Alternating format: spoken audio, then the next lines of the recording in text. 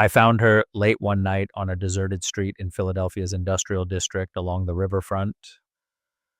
She was a female cop, lying motionless on the pavement, barely breathing. When her eyes fluttered open and recognized my face, terror filled them. Not fear of death, fear of me. She whispered three words that changed everything. Don't call the police. In a city where one wrong phone call could destroy a black man's entire life, I understood the stakes. If I helped her, I could lose everything, especially my daughter, Nia, my 8-year-old girl. But if I walked away, what lesson would I teach my child about right and wrong? I had spent years learning how to become invisible. I kept my head down. I worked my shifts. I came home to my daughter. That was the deal I made with a world that had already taken too much from me. The night security job at the industrial warehouse paid enough to keep Nia fed, clothed, and enrolled in a decent school on the other side of town. The commute ate into my sleep, but I never complained. Complaints attracted attention, and attention was something a black man in this city could not afford. My shift had just ended, and I was driving my old Honda Civic through the empty streets of the industrial district, windows cracked to let the autumn air keep me awake. The radio played low, an old soul station that reminded me of my mother's kitchen back when life made sense. Earlier that day before my shift, I had picked up Nia from her grandmother's house. Loretta Carter, my late wife's mother, had been keeping Nia while I worked nights for the past few years, ever since cancer took Denise. Loretta never asked for money. She said watching Nia was the only thing keeping her connected to her daughter's memory. Over breakfast, Nia had looked up from her cereal with those big brown eyes that saw too much for an 8-year-old. Daddy, we learned about Rosa Parks today. I smiled, pouring myself coffee. Yeah, what did you learn? She didn't give up her seat because it was wrong, even though she could get in trouble. Nia stirred her cereal thoughtfully. Daddy, if you saw someone doing something bad, would you say something, even if it was dangerous? The question hit me like a punch to the chest. I thought about Terrence, my younger brother, 22 years old forever, lying on a sidewalk with 3 bullets in his back because he'd been holding a cell phone that a cop mistook for a gun. No charges filed, no apology given, just another black body added to the statistics. I had said something back then. I'd shouted at press conferences, demanded investigations, organized marches. And what had it gotten me?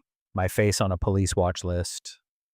My job applications mysteriously rejected, my life slowly strangled until I learned the only lesson America wanted to teach me. Silence equals survival. Sometimes staying quiet keeps you safe, baby girl. I had told Nia that day, hating every word as it left my mouth. Nia's face had fallen with disappointment. She was too young to hide. But Mrs. Patterson says silence is what lets bad things keep happening. I had no answer for that. I kissed her forehead and told her to finish her cereal. Now, driving through the darkness later that night, her words still echoed in my mind. The streets were empty except for the occasional homeless figure huddled in doorways. This part of town had been dying for decades. Factories closed, jobs gone, hope evaporated. The people who remained were the ones who couldn't afford to leave. I turned onto a shortcut through the warehouse district along the riverfront that shaved a few minutes off my commute. The streetlights here were sparse, half of them broken or burned out. City maintenance didn't prioritize neighborhoods where nobody important lived. That's when I saw her. At first I thought it was a pile of discarded clothes. My headlights swept across the alley entrance and something reflected back, metal catching the light. I slowed instinctively, my brain trying to process what my eyes were reporting. A body, a woman's body, sprawled against a dumpster with one arm extended toward the street as if reaching for help that never came.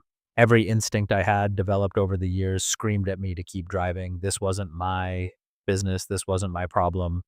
In this city, stopping to help could cost a black man his freedom, his future, his life. But then I saw the blood. I pulled over before my conscious mind made the decision. My hands were already putting the car in park, my legs already carrying me toward the alley. My years as an Army combat medic in Afghanistan had wired certain responses into my nervous system that no amount of civilian caution could override. The woman was in her mid-30s, wearing dark clothing, tactical pants, a fitted jacket. Her breathing was shallow and rapid, her skin clammy with shock. A gunshot wound to the abdomen still seeping through the makeshift pressure she'd tried to apply with her own hands. Defensive bruises on her forearms, someone had beaten her before shooting her. I knelt beside her, my training taking over. Airway clear, breathing compromised but present. Circulation failing. She'd lost too much blood. I needed to stop the bleeding, needed to get her to a hospital. My hand brushed against cold metal at her hip, a badge. I froze. The streetlight caught the silver shield, and I read the words embossed across its surface, City Police Department. Every nerve in my body screamed retreat. A white cop bleeding out in an alley and a black man kneeling over her body. I knew exactly how this story would end. It had ended the same way for Terrence, for Trayvon, for Eric, for George, for countless others whose names never made the news. I should run. I should disappear into the night and pretend I never saw anything. No one would ever know.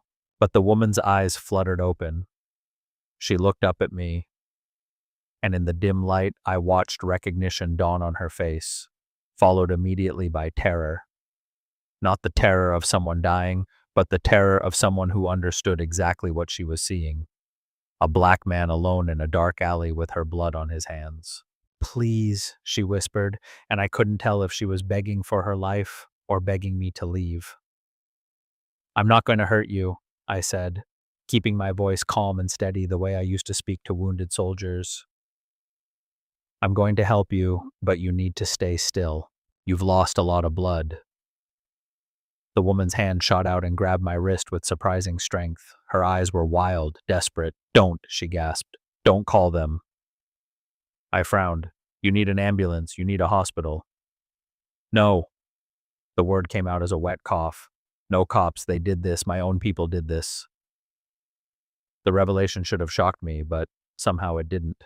Somehow, on a level deeper than conscious thought, I had always known that the rot in this city's police department went further than a few bad apples.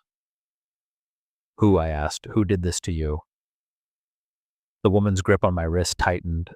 Her eyes found mine, and in them I saw something. I recognized the look of someone who had seen too much truth to ever go back to comfortable lies. "Harlan," she breathed. "Lieutenant Harlan, I found evidence. Corruption, drugs, murders made to look like self-defense. He found out, sent his guys to make me disappear." Her head lolled to the side, consciousness slipping away. I caught her, cradling her head to keep her airway open. "Hey, stay with me. What's your name? Talk to me." "Lena," she managed. "Lena Morales, badge number 4721. Remember that." Then her eyes rolled back and she went limp in my arms. I knelt there in the alley, holding an unconscious cop who had just told me that other cops tried to kill her. My mind raced through my options, each one worse than the last. Option 1, call 911. Paramedics arrive with police escort. I become the prime suspect, a black man found with a wounded white female officer. Even if I'm not arrested on the spot, my face ends up in police databases, my name on reports, my life under scrutiny. And if what Lena said was true, the same cops who tried to kill her would make sure I never lived to tell anyone what she'd told me. Option 2, leave her. Walk away, drive home, pretend this never happened. Lena dies in this alley, her evidence dies with her, and I get to keep my quiet, invisible life. I get to keep Nia. The thought of my daughter made my chest ache. Nia with her Rosa Parks questions and her eyes that saw too much. Nia, who would grow up in a world where cops killed people like Uncle Terrence and no one ever paid the price. Nia, who would someday look at her father and ask why he never did anything to make things better. What would I tell her? That I found a woman dying in an alley and walked away because helping was too dangerous? That I let someone else's daughter die because I was afraid? I looked down at Lena Morales, at her pale face and shallow breathing, at the badge that represented everything I had learned to fear. Years ago, cops had murdered my brother. Now cops had tried to murder one of their own. The same system, the same rot, the same disease eating the city from the inside out. If Lena died, the truth died with her. The corruption continued, the murders continued, and someday another young black man would be gunned down for holding a cell phone, and no one would ever know why. I thought about my daughter's question from that day. If you saw someone doing something bad, would you say something, even if it was dangerous? I had lied to her. I had told her that silence kept you safe. But Terrence had been silent. Terrence had been walking home from work, minding his own business, doing everything right, and Terrence was still dead. Silence didn't protect anyone. It just made it easier for the people with power to keep killing the people without it. I made my decision. I stripped off my jacket and pressed it firmly against Lena's wound, applying steady pressure. Then I lifted her carefully, supporting her head and spine the way I'd been trained, and carried her to my car. As I laid her across the back seat, Lena's eyes opened briefly. She looked up at me with confusion and fading consciousness. "Why?" she whispered. "Why are you helping me?" I buckled her in as securely as I could manage, my jaw tight. "Because my brother died on a sidewalk years ago," I said quietly, "and nobody stopped to help him. I'm not going to be that person. I can't be that person, not anymore." Lena's eyes closed again. I shut the door and climbed into the driver's seat. I didn't know where I was going. I didn't have a plan. I only knew that I had just made a choice that would change everything. A choice that could cost me my job, my freedom, my life. A choice that could cost me Nia. But as I pulled away from the alley and drove into the darkness, I felt something I hadn't felt in years. The terrifying, exhilarating weight of doing the right thing, no matter the cost. I drove through the back streets, avoiding main roads and traffic cameras. My combat training kicked in automatically, evasive routes, minimal exposure, constant awareness of my surroundings. In the rearview mirror, Lena Morales lay unconscious across the back seat, her breathing growing more labored with each passing minute. I couldn't take her to a hospital. The moment I walked through those doors carrying a wounded cop, my life would be over. But if I didn't get her medical help soon, she would die in my car, and everything she knew about Lieutenant Harlan and his corrupt network would die with her. I pulled out my phone and scrolled through my contacts until I found a name I hadn't called in years. Dr. Patricia Cole. Dr. Patricia Cole had been a fixture in my neighborhood since before I was born. She'd delivered half the children on our block, treated gunshot wounds without asking questions, and provided care to people who couldn't afford insurance or couldn't risk hospital records. Years ago, the medical board had revoked her license over a paperwork violation that everyone knew was retaliation for her testimony against a pharmaceutical company. Now she ran an unofficial clinic out of her basement, serving the community that the healthcare system had abandoned. Patricia answered, her voice thick with sleep. "Who's calling at this hour?" "Doc, it's Jamal Thompson, Lydia Thompson's son." A sharp intake of breath. "Jamal boy, I haven't heard from you since your mama's funeral. What's wrong?" "I need your help. I've got someone with a gunshot wound to the abdomen. She's lost a lot of blood, and I can't take her to a hospital." The line went quiet for a moment. When Patricia spoke again, her voice had shifted into professional mode. "How long ago was she shot?" "I don't know. I found her not long ago. She was conscious briefly, but she's been out since then." "Bring her to me. You remember where I live?" "Yes, ma'am." "Use the back entrance. And Jamal, whatever trouble you're in, you better be sure it's worth it." I wasn't sure of anything anymore, but I drove anyway. Patricia's house sat at the end of a quiet street in a neighborhood that had seen better days.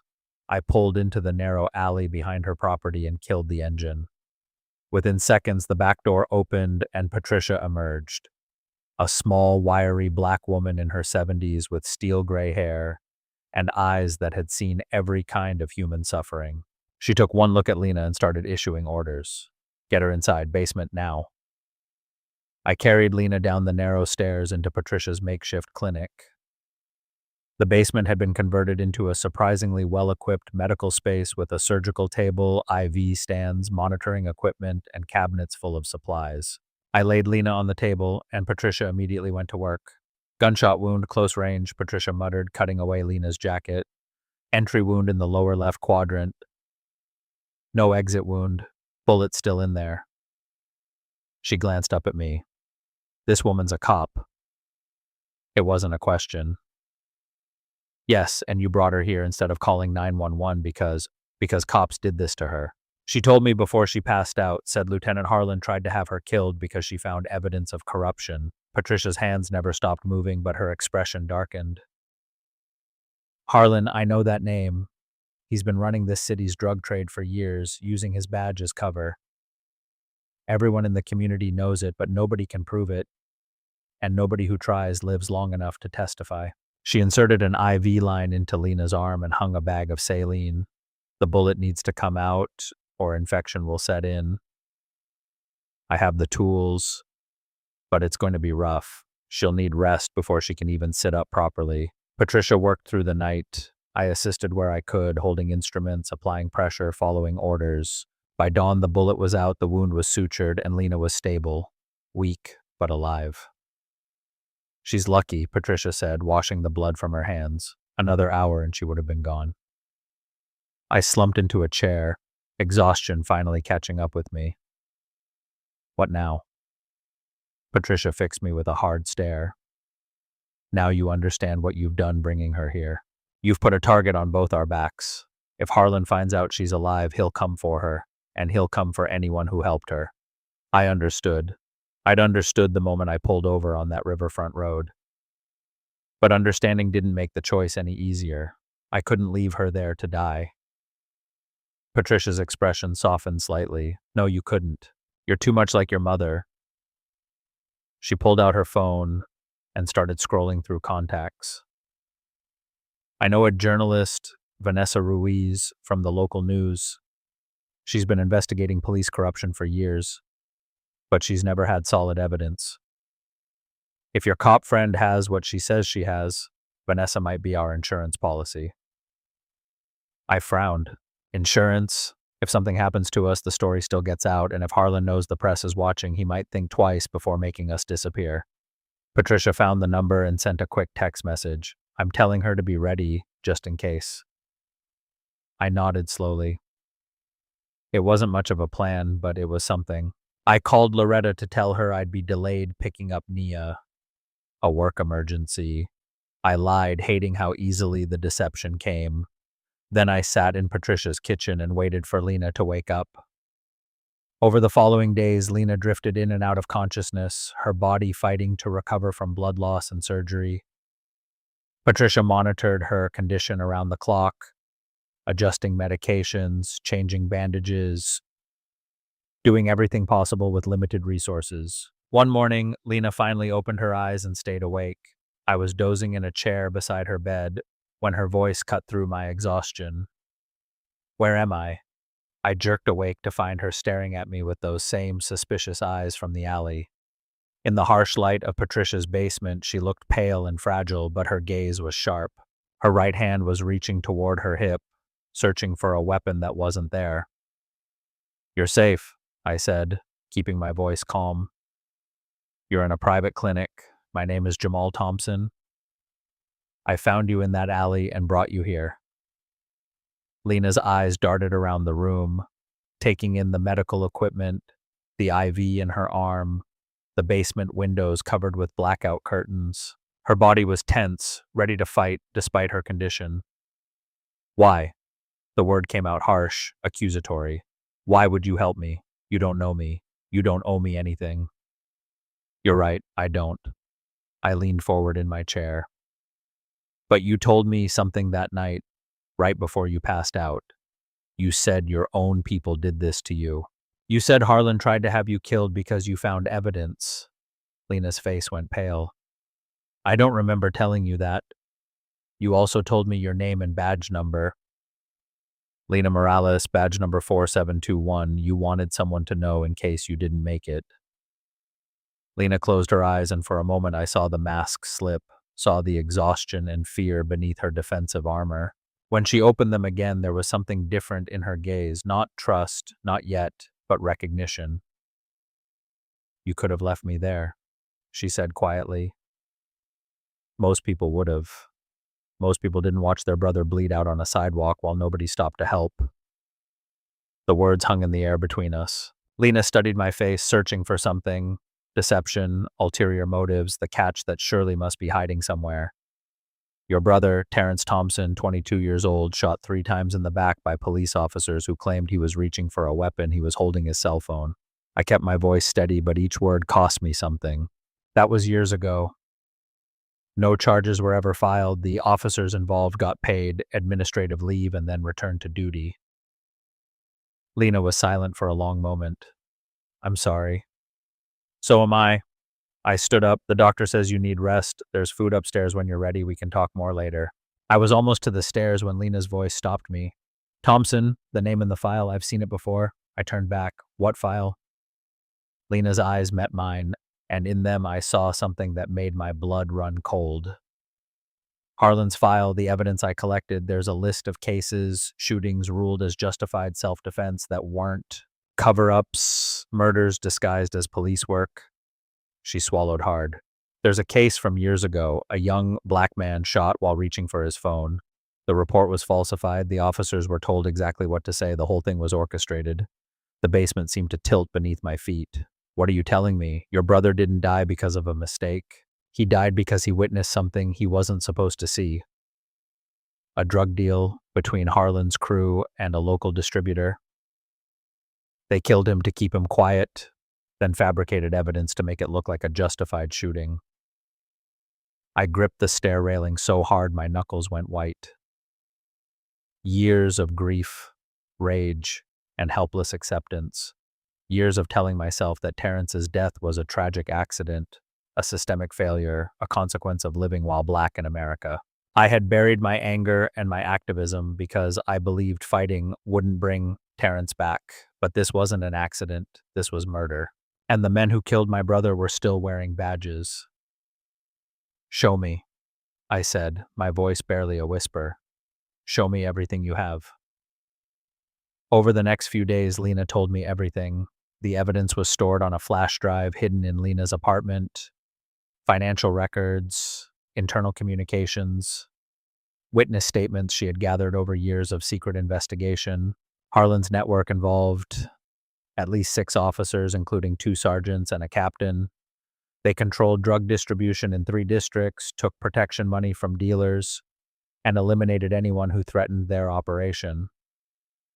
Lena had joined the police force years ago, following in her father's footsteps. Her father had been a good cop, one of the few who had refused to participate in Harlan's schemes. He'd been forced into early retirement and had died months later in a car accident that was never properly investigated. Lena had spent years building her case, working alone because she didn't know who she could trust. I was supposed to meet with a federal contact, she told me. Someone outside the local system who could take my evidence to the DOJ, but Harlan found out. I don't know how. Someone must have talked. I listened to everything, my mind racing. If Lena's evidence was real and everything she'd shown me suggested it was, then exposing Harlan could bring down the entire corrupt network. It could bring justice for Terrence and countless others who had been killed, framed, or silenced. But it could also get us both killed. One evening, the news broke. I watched the press conference on Patricia's small kitchen television, my stomach twisting with dread. A police spokesperson stood at a podium flanked by officers in dress uniforms announcing that Officer Lena Morales had been reported missing. Evidence suggested she had been abducted from her vehicle. The department was pursuing all leads, and they were asking the public for information. Then they released the suspect description. Black male, 35 to 40 years old, medium build, last seen driving a dark-colored sedan. They're framing you, Lena said from the doorway. She had made it up the stairs on her own, though she was still weak, one hand braced against the wall for support. I didn't respond. I was staring at the television, watching my life collapse in real time. My phone buzzed. A text from Loretta. Police came asking about you. What's going on? Then another message, this one from an unknown number. We know where you are. We know about the girl. Come in quietly, and nothing happens to her. My blood turned to ice. Nia, I called Loretta immediately. Loretta, listen to me. Take Nia and go to your sister's house in Baltimore right now. Jamal, what is happening? The police said you're involved in a kidnapping. It's a lie. All of it. I'll explain everything later, but right now, I need you to take Nia somewhere safe. Please, Loretta, for Denise's sake. The line went quiet. Then Loretta's voice, steady despite her fear. I'll keep her safe. But Jamal, whatever you're doing, you be careful. That little girl needs her daddy. I know she does. I hung up and turned to find Patricia and Lena both watching me. They know where I am, I said. They're threatening my daughter. Patricia's face hardened. Then we need to move. She grabbed her phone. I'm calling Vanessa Ruiz now. If we're going to run, we need someone on the outside who knows the truth. Patricia made the call while I helped Lena prepare to move. Within minutes, Patricia had Vanessa on the line, explaining everything in rapid, urgent sentences. The journalist agreed to stay alert, to monitor police channels, to be ready to broadcast if anything happened, but we were too late. The sound of tires on gravel cut through the silence. Then another vehicle and another. I ran to the window and peered through a gap in the curtains. Police cars were surrounding the house. Armed officers were taking positions in the yard. Back door, Patricia said, already moving. There's a way through the neighbor's property. The front door exploded inward. I grabbed Lena and ran. We made it through the kitchen, through the back door, into the narrow alley behind the house. Behind us, I heard shouting, heard Patricia's voice raised in protest, heard the sounds of a house being torn apart. We ran through the darkness, ducking between buildings, climbing fences, moving on instinct and adrenaline. Lena's wound had reopened. I could feel warm blood seeping through her bandages. She was slowing down, her strength failing. We emerged into a dead-end alley, brick walls on three sides, no way out, footsteps behind us. I turned to see a figure walking calmly toward us, backlit by the distant glow of streetlights. The man was tall, broad-shouldered, wearing a police uniform with lieutenant's bars on his collar. He reached up and switched off the body camera mounted on his chest. Jamal Thompson, Lieutenant Harlan said, his voice pleasant, almost conversational. You've been a busy man. I stepped in front of Lena, shielding her with my body. Let her go. She needs medical attention. Harlan laughed. She needs to disappear. Just like she was supposed to, just like your brother did. The words hit me like bullets. Hearing it confirmed, hearing this man admit so casually to Terrence's murder, something inside me shifted. Fear gave way to rage. You killed him. I ordered it done. There's a difference. Harlan drew his weapon, a service pistol that gleamed in the dim light. Your brother saw something he shouldn't have, just like Officer Morales here, just like you. He aimed the gun at my chest. The story writes itself. Really? Kidnapper killed while resisting arrest. His hostage dies of her injuries, tragic all around. The department will give me a medal. I stared down the barrel of the gun, thinking of Nia, thinking of Terrence, thinking of all the people who had died in alleys just like this one. Their stories erased before they could be told. You can kill us, I said quietly, but you can't kill the truth. Harlan smiled. Watch me. His finger tightened on the trigger. Headlights flooded the alley. A car screeched to a halt at the entrance, and a woman jumped out with a phone held high, its camera light blinking red. Lieutenant Harlan, the woman shouted. Vanessa Ruiz, local news. I'm live streaming right now. Would you like to explain why you're pointing a weapon at an unarmed civilian? Harlan's head snapped toward the camera. For a fraction of a second, his composure cracked. I saw the calculation in his eyes, the rapid assessment of a man whose carefully constructed world was suddenly exposed. This is a police operation, Harlan said, his voice strained. You're interfering with what? Vanessa stepped closer, her phone steady despite the tension radiating through the alley. The arrest of a kidnapping suspect? Because the woman standing behind him looks a lot like Officer Lena Morales, who your department claims was abducted. The live stream comments were exploding. I could see them scrolling on the edge of Vanessa's screen. Thousands of people watching in real time. thousands of witnesses that Harlan couldn't silence. Lena stepped out from behind me, her hand pressed against her bleeding wound, her face pale but determined. "My name is Lena Morales," she said directly into the camera. "Badge number 4721. I was not kidnapped. I was shot and left for dead by officers under Lieutenant Harlan's command because I discovered evidence of corruption, drug trafficking, and murder within this department. The man standing beside me saved my life. He is not a criminal. He is a witness." Harlan's gun was still raised, but his hand had begun to tremble. Behind him, I could hear more sirens approaching. Other officers responding to the scene. Officers who might or might not be part of Harlan's network. "Put the gun down, Lieutenant," Vanessa said. "The whole world is watching." For a long moment, nobody moved. Then Harlan lowered his weapon. Later, I sat in a federal courthouse watching the aftermath of that night unfold in slow, grinding legal proceedings. The FBI had taken over the investigation within days of Vanessa's live stream going viral. Lena's evidence, recovered from her apartment with federal supervision, had proven even more damaging than she'd described. Financial records, communications, witness statements dating back over a decade. Harlan was arrested along with 4 other officers. The charges included drug trafficking, conspiracy, obstruction of justice, and 3 counts of murder, including Terrence Thompson. But justice, I learned, was never clean. 2 senior officials connected to Harlan's network, a captain and a deputy chief, were allowed to retire quietly with full pensions. The department claimed insufficient evidence for prosecution, though everyone knew the real reason: they had enough political connections to make a trial inconvenient. The case involving Terrence was reopened, but the prosecutor warned me not to expect too much. Years had passed, evidence had degraded, witnesses had disappeared or died. The best they could hope for was an official acknowledgement that the original investigation had been compromised. A formal admission that Terrence Thompson had been murdered, not killed in a justified shooting. It wasn't enough. It would never be enough. But it was something.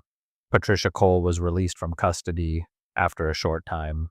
All charges dropped in exchange for her testimony, but the damage was done. Her underground clinic was shut down, her medical supplies confiscated, her reputation further tarnished. She told me she didn't regret any of it, that helping people who needed help was worth any price. But I saw the weariness in her eyes, the weight of a lifetime spent fighting a system that refused to change. I lost my job at the industrial warehouse. The official reason was excessive absences, but I knew the truth. No company wanted to employ the man whose face had been plastered across every news channel in the country. The man who had exposed police corruption and made powerful enemies. For weeks, I applied to every security firm, every warehouse, every factory within miles. The rejections came in various forms: polite emails, unreturned calls, interviews that ended the moment they recognized my name. Lena Morales was placed on administrative leave pending an internal review. Later, she was quietly informed that her position had been eliminated due to budget constraints. She filed an appeal, knowing it would go nowhere. The department couldn't fire her outright. She was too visible, too protected by public attention, but they could make her life impossible until she left on her own. She started working with a civilian oversight organization, using her knowledge of police procedures to help families navigate complaints against officers. The pay was almost nothing. The hours were brutal. But for the first time in her career, Lena told me she felt like she was actually making a difference. The harassment started months after the trial began. Anonymous phone calls at all hours, slashed tires, a brick through Loretta's window with a note that said "snitch" in block letters. Some of it came from Harlan's remaining supporters in the department. Some came from people in the community who believed that exposing police corruption made everyone less safe. Loretta decided she couldn't stay in the city any longer. She moved to Baltimore to live with her sister, taking with her the last physical connection I had to Denise's memory. Nia and I moved to a smaller apartment on the other side of town in a neighborhood where nobody knew our names. The rent was cheaper, the schools were worse, and the walls were thin enough to hear every argument and television show from the neighbors on either side. Nia never complained. She helped pack boxes, helped carry furniture, helped organize our new cramped living room with the same quiet determination she'd inherited from her mother. One evening, months after the move, I sat with my daughter on the concrete steps outside our building. The sun was setting over the rooftops, painting the sky in shades of orange and pink. From inside the apartment, the muffled sound of a television news broadcast drifted through the open window. Something about Harlan's upcoming trial date. Nia leaned against my shoulder, her small body warm against my side. "Daddy, do you ever wish you didn't stop that night?" I looked down at my daughter, at her serious eyes, her thoughtful expression, the way she always asked the questions that mattered most. "Sometimes," I admitted, "sometimes I think about how much easier things would be if I had just kept driving. We'd still have our old apartment, I'd still have my job. Grandma Loretta would still be close by." Nia nodded slowly, processing this. "But then that lady would have died, and nobody would know about what happened to Uncle Terrence." "That's right. So you did the right thing." I thought about all the ways that statement could be true and false at the same time. I thought about Terrence, who would never come back no matter how many people were arrested. I thought about Patricia, who had sacrificed everything to help a stranger. I thought about Lena, who had spent years trying to change a system from within, only to be crushed by it anyway.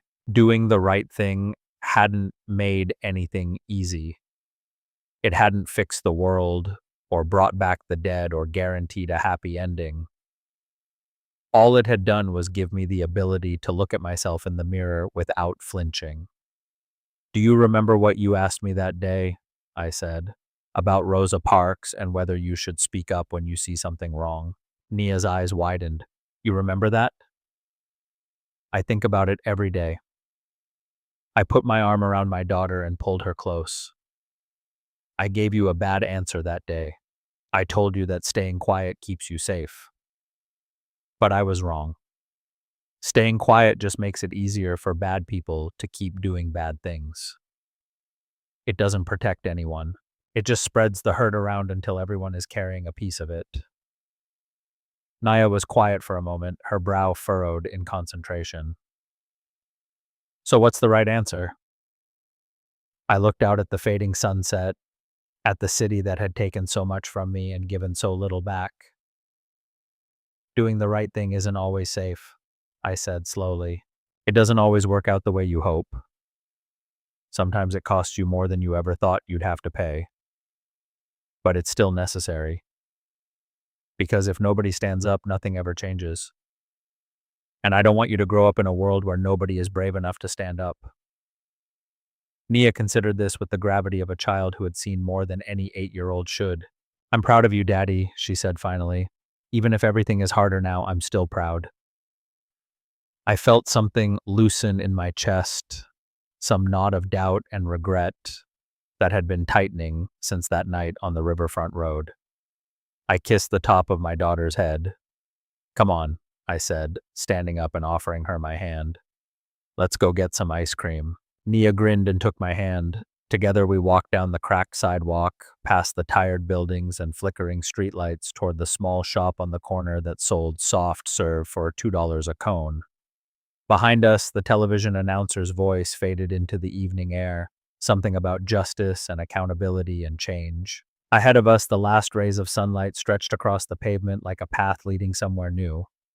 My story reminds us that doing the right thing rarely comes with applause or rewards. Sometimes it costs everything, but every act of courage, no matter how small, plants a seed for a better world. If this story moved you, I'd love to hear your thoughts. Have you ever faced a moment where doing the right thing meant risking something important to you? Or maybe you've witnessed someone else's quiet act of bravery that inspired you. Share your story in the comments below. Your experience might be exactly what someone else needs to hear today. And if you want more stories like this one, hit that subscribe button and turn on notifications so you never miss an upload. Thank you for being here. It means more than you know.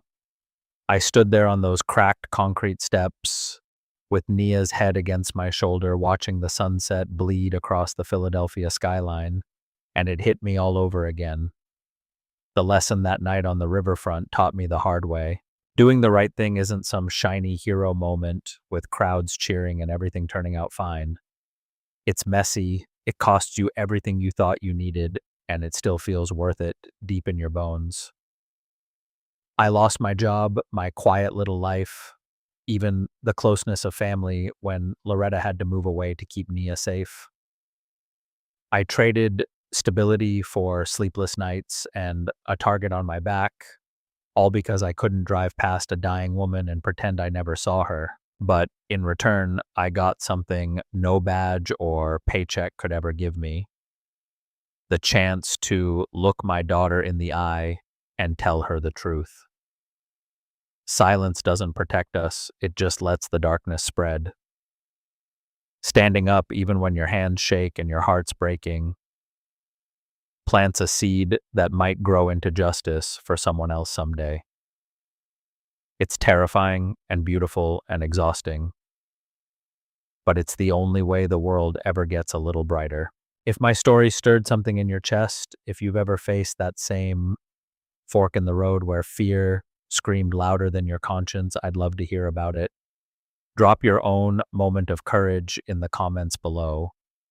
Your words might be exactly what someone scrolling tonight needs to keep going. And if these stories about ordinary hearts doing extraordinary things light a fire in you, hit that subscribe button and turn on notifications so we can keep walking this road together. Thank you for being here with me. It really means more than you know.